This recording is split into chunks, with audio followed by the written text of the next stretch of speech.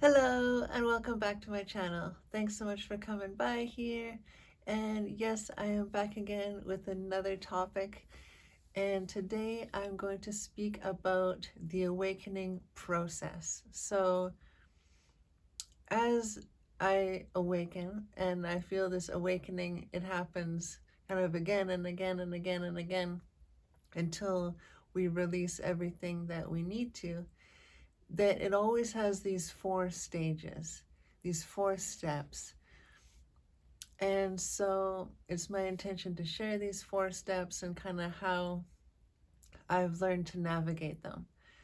Of course, like with all of my videos, I'm just sharing from my experience what's helped me, my unique perspective, and I'm not trying to convince you of anything, and we all have our own path, but I know that if something has assisted me, it may be able to assist others.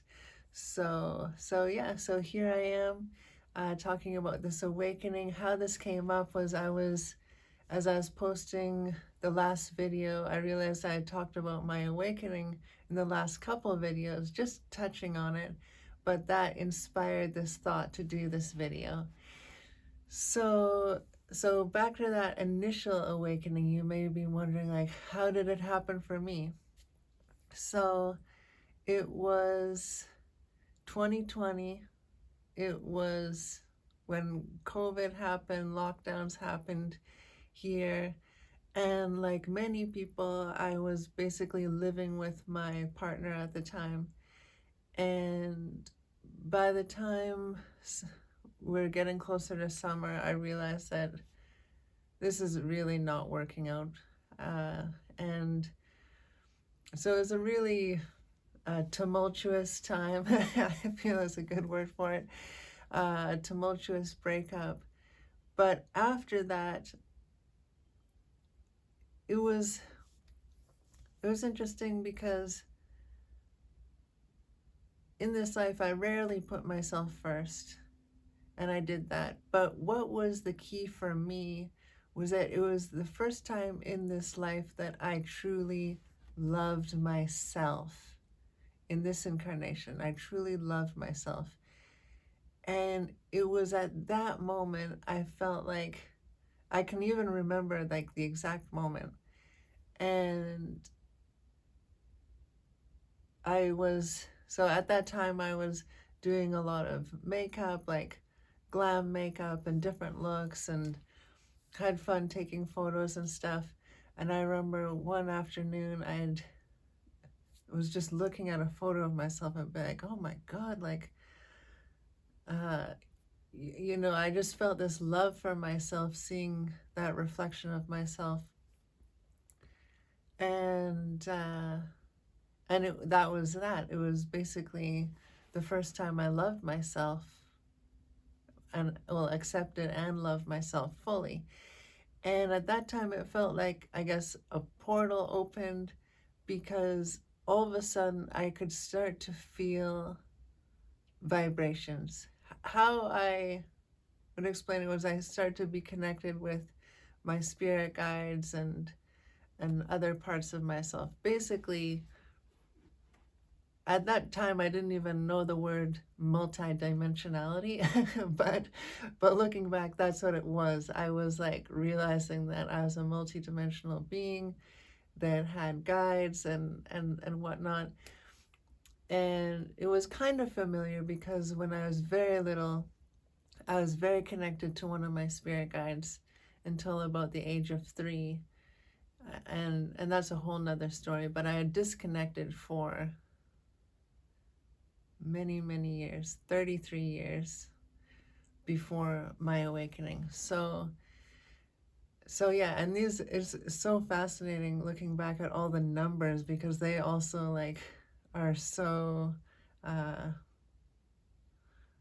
indicative of what I was going through. It's crazy in a really awesome way. Sometimes I still catch myself using words that maybe I could use a better word for, but it's a learning process. So we can all just take it easy on ourselves and know that we're getting better and better every step of the way, you know. So that's what it's all about, you know, this journey. Like, I realized, you know, we all have our path. We're all going home to source, basically the same. We're going to the same destination in like 8.5 billion different ways. But, you know, it's all good. So to take everything, I guess, less seriously. And when you can see from a higher perspective, it all just makes sense, and you don't get so like, uh, things don't, like, I guess, bother you in the same way. But yeah, so this awakening I had, I started to feel these vibrations, and it took me actually quite a while before I kind of interpreted the language that I was getting. So, or was able to interpret these, or you could call it energies. I was feeling, being able to interpret them as a guidance. And then as I went on, I learned that it was not only my spirit guides, but also my higher self that was sending these signals, and maybe even other beings of light that are helping me. But yeah, so yeah, so many fun things to talk about there. But back to this 4-step process that happened from that very first one to all my, I guess, little awakenings along the way, some bigger than others.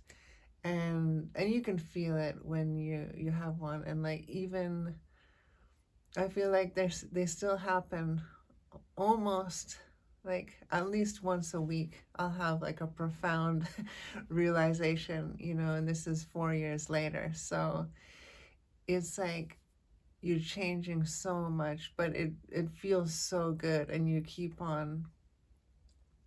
Now that I'm consciously on this path, I'm just so excited for the next thing to awaken about. So yeah, it's an amazing journey, and it does get better. So if you're in a tough time, I send you good vibes and encouragement, and to know that, and I have faith in you and trust in you. But yeah, so to this awakening process, the first part, the first step was sadness. So this emotion of sadness. And for me, this sadness, well, I'm a Cancer sign, so it's very easy for me to cry.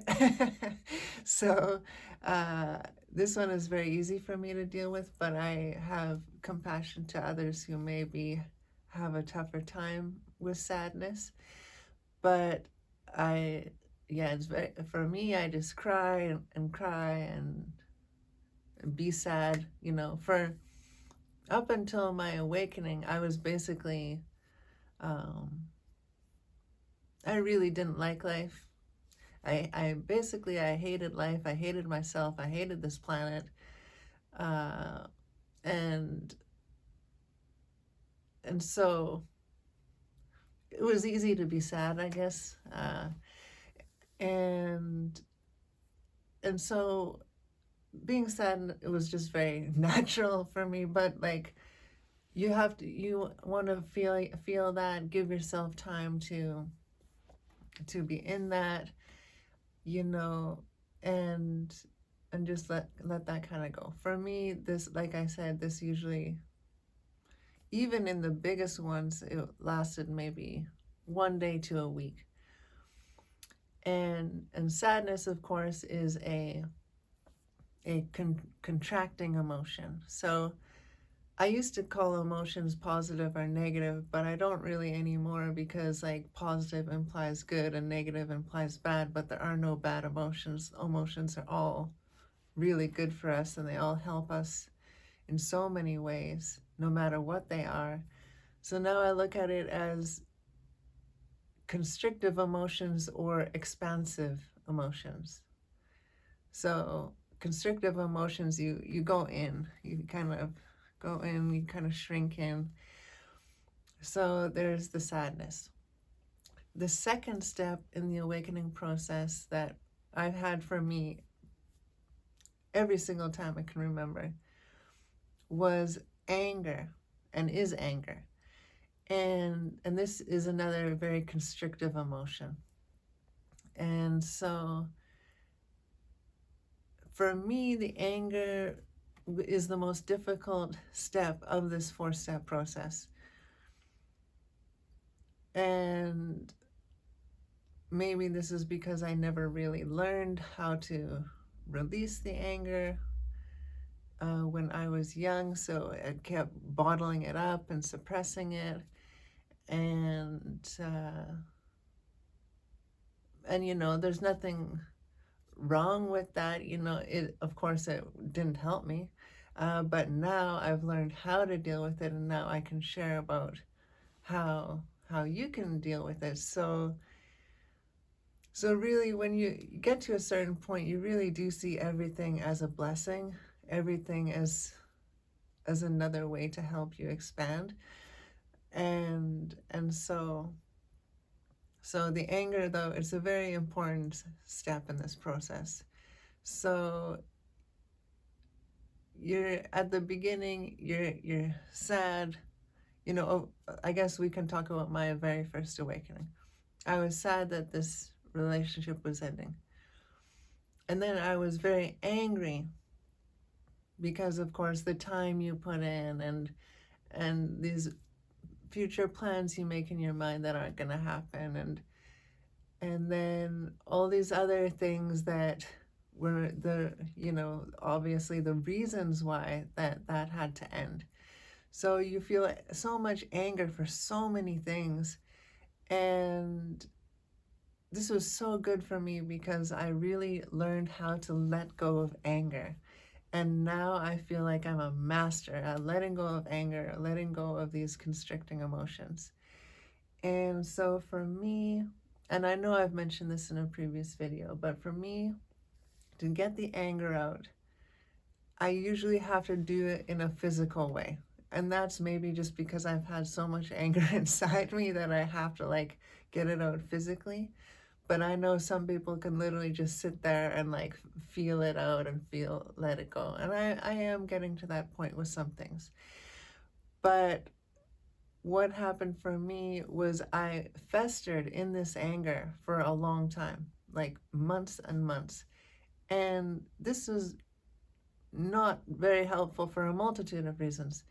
The main one is that when you're in an angry emotion, you have angry thoughts because the angry thoughts started the angry emotion, but the angry emotion continues. So you get in kind of this anger loop where you're constantly feeling angry and then thinking angry thoughts, and it just goes on and on. And then pretty soon you're angry at so many other things that weren't even to do with the situation. It's just that you're in that kind of like in that hamster wheel of anger. And so when I finally got it out for that first time, I basically went to a secluded space, as secluded as I could find, and I screamed. I yelled and I screamed basically until my throat was raw, until my throat, I couldn't scream any longer. I just screamed and screamed and screamed and screamed. And after I did that, the relief I felt was phenomenal. It's like, it's really true. Once you let go of some sort of energy, that really, it makes space for more love to come in, or more of an expansive emotion to come in. You can think of a loving emotion as an expansive emotion, and all of the fearful emotions as constrictive emotions. So that anger was fear, you know. So I won't go into that right here, but all of the constrictive emotions are based on fear. So I scream it out, I finally feel relief after months of holding on to that. And I was just like, oh my gosh. And it was at that at that very moment, I could feel the whole shift in my being. And from after you get the anger out, you go into this phase of forgiveness, which is a expansive emotion. And the forgiveness is not necessarily for the other person or their part they're played. The forgiveness is all for you. It's to free you from that situation. And so for me, I realized how I was able to find forgiveness for literally every single situation I've ever found myself in. And I found myself in a lot of situations that I know for some people they would never even get over in a lifetime. And that's happened many times. So yeah, how I found this forgiveness is to find the purpose in what I went through. That was my way to feel forgiveness. So in that first one, I felt so free after I had ended that relationship, when I was doing my own thing. It's like, oh, the purpose. Well, one of the big purposes was freedom. And then I had learned so much going through that. So, of course, to learn. And then thirdly, I had began to learn about consciousness. So I was like, wow. So all of a sudden you start, and if you really look at it, you'll find way more. I could find way more than 3 things that I was uh, learned, was the purpose of that whole thing. But those are just the 3 that came to my mind right now. So I'm like, wow. So you have this understanding of why you went through that. That's the key. It's like, because everything you go through is for your benefit. No matter how ruthless, how bad it is for your benefit. So I went through that situation. I finally realized, okay, this is why. And then from that place, you reach gratitude, which is the final step of the awakening process. And that is gratitude for those things that you discovered through the purpose of that.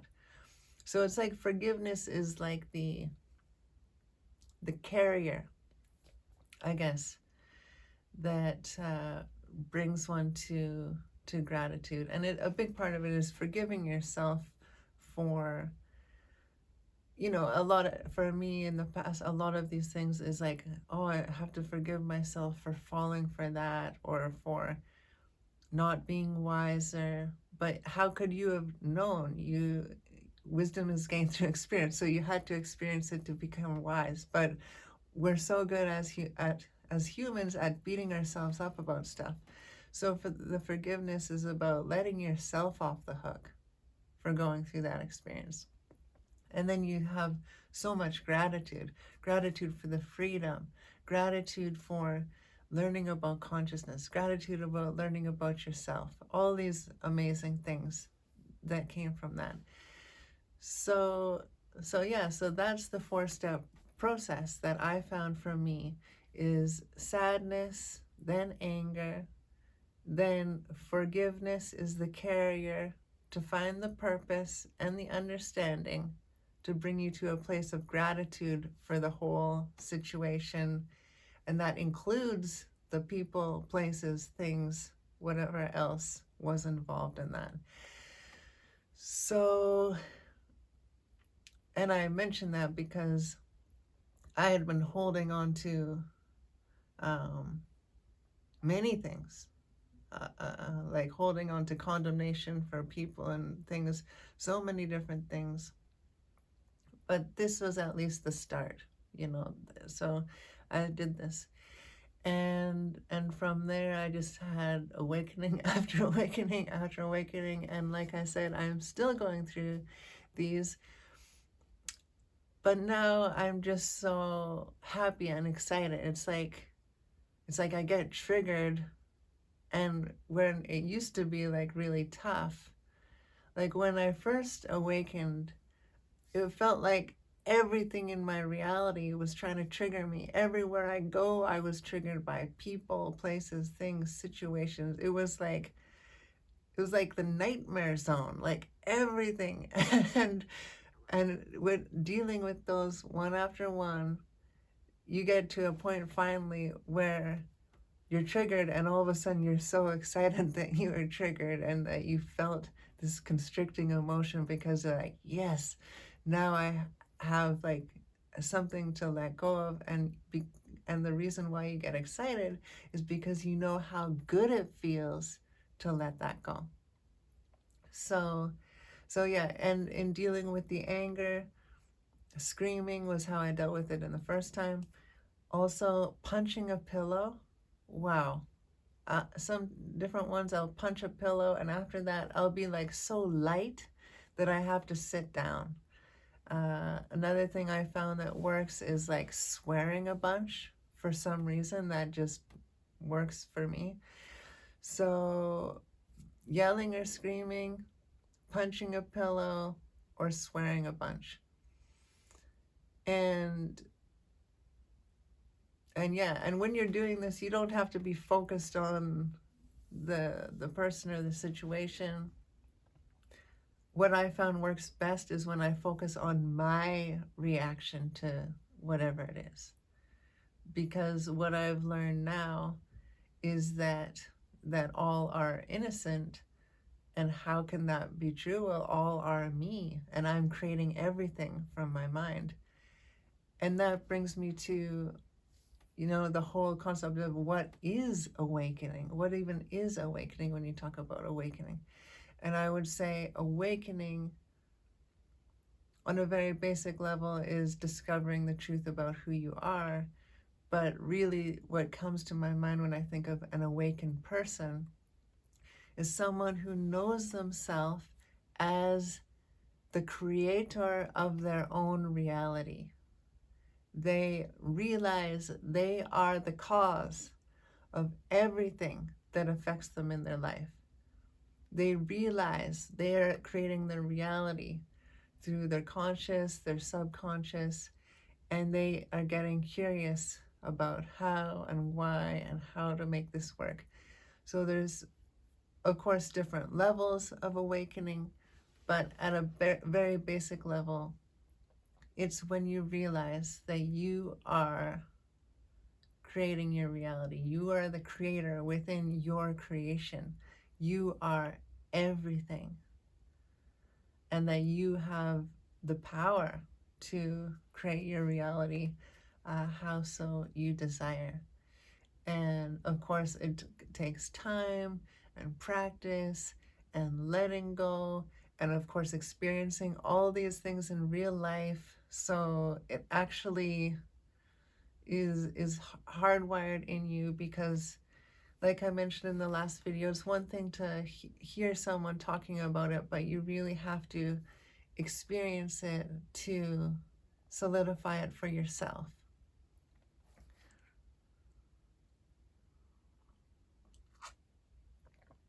And another fun little awakening example that I had that was a fun one to share with people who aren't familiar with the awakening process, just to kind of plant a seed. My last name is Sawatsky, and I feel that very connected to that name, as it means to sow. And so I feel I'm planting little seeds, the sower, doing my best here too. Because when you see everyone else as part of you, you want the very best for everyone else. You realize that everyone has like infinite potential, and everyone is a piece of the puzzle. And so you can see someone who, maybe you used to think was all out of sorts and a horrible person, but now when you look at them, you're like, wow, they could have the key to like make humanity better if they just had enough love, because because there's like this, maybe I'll save that for another video, but a kind of like a threshold where you're living in fear. And this I talk about in the 3D False Matrix series, but the 3D world is very much a fear-based world. You're living in fear, you believe you're the victim, and then you cross this threshold into 4D where you realize, that's like when I had my awakening in these first few years after, is like, wow, you know, there's something more here. And you start realizing that you're creating all of it, and all this stuff. And then finally you reach 5D where you're living in love and you see all with unconditional love. There's no judgment, because to judge you must have fear. Fear and judgment are tied together. So no one in 5D could judge because they don't have fear. You have to have fear of something to judge it. And why is that? Well, if you fear something, that means you're judging it as having more power than you.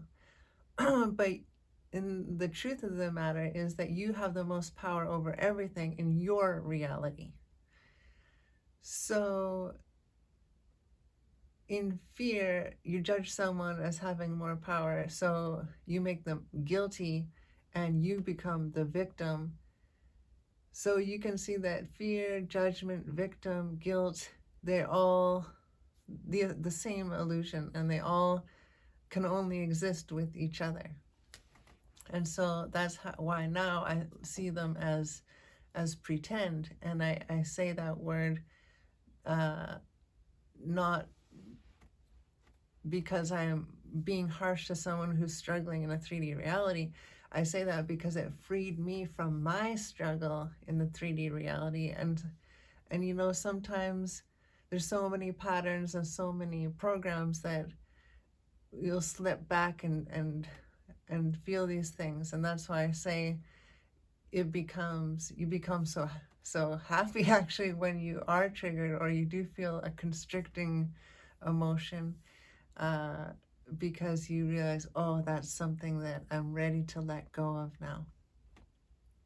And so you can, yeah, always feel it, of course, always acknowledge it, and then let it go. And so I shared with you the physical ways I let things go. Another fascinating thing is, I remember one day I smoked my ankle, my left ankle, and then I went to do an activity, and there I smashed my right ankle. And I was like, this is too weird. Like, why am I hitting my ankles both on the same day, both after a big realization? And I looked it up, and I realized that a lot of anger is stored in the ankles and the feet. And I realized I had so much anger that it needed like an exit point. And so by hitting that somehow, I'm not saying go out and smash your ankles, but if that happens to you, maybe, or you hear a friend talking about it, you say, oh, maybe you had to release some anger. Of course, only if they're ready, and only if you want to. Only if your intuition guides you to do that. But yeah, so that was another interesting one. So now when I say I'm having an awake, and I haven't had to punch a pillow or scream for a while. Now I basically, there's 3 main areas in my body where I kind of watch the energy leave. And when I started, I could see the energy leaving from my like whole body, which was pretty wild, and I could feel it going. But the 3 spots to allow this fearful energy out are like in between your neck and the back of your head, kind of. There's an exit point there. So in between your neck and the back of your head, at the base of your spine. And that one, oh my gosh, I have felt energy come out of there like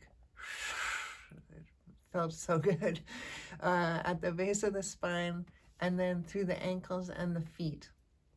So those three have been really helpful for me.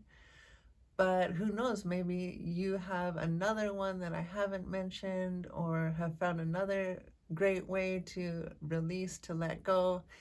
And so I encourage you to share that yourself.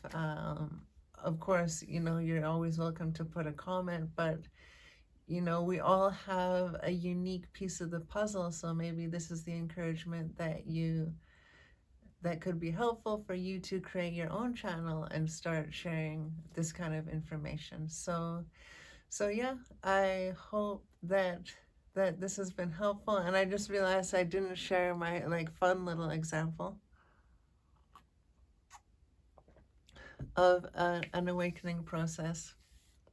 It's a very mild example that many people could handle very easily. So you know that I like a cup of coffee. It may not always be this way. I'm not attached, but I do like it right here and right now.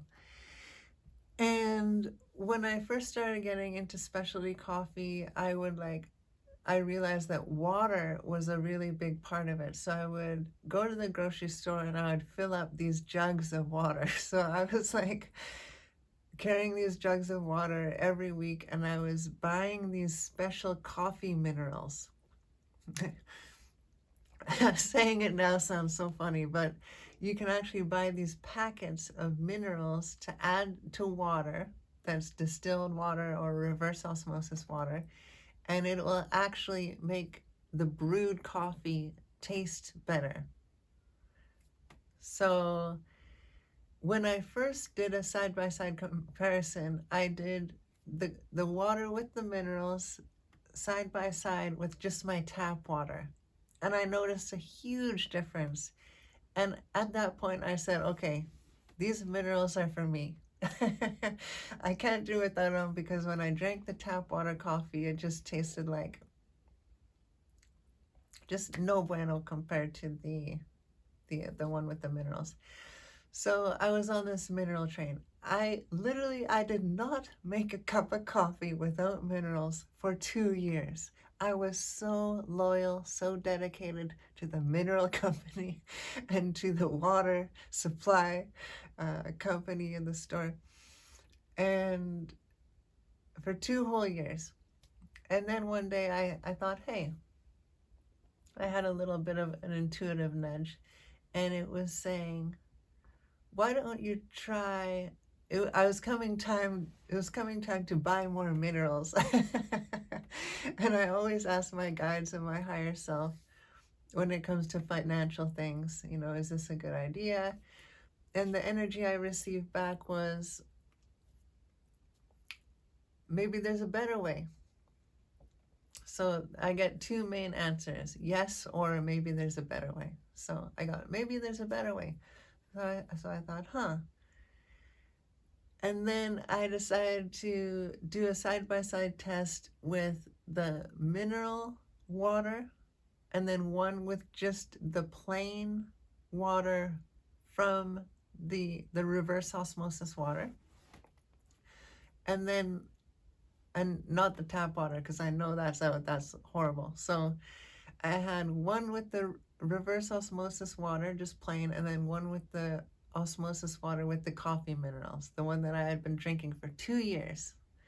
Loyal, dedicated, and oh my gosh, I know you can probably, intuitively guess what I'm gonna say, is that I had the one without minerals, the one with the minerals, and the one without the minerals was way better.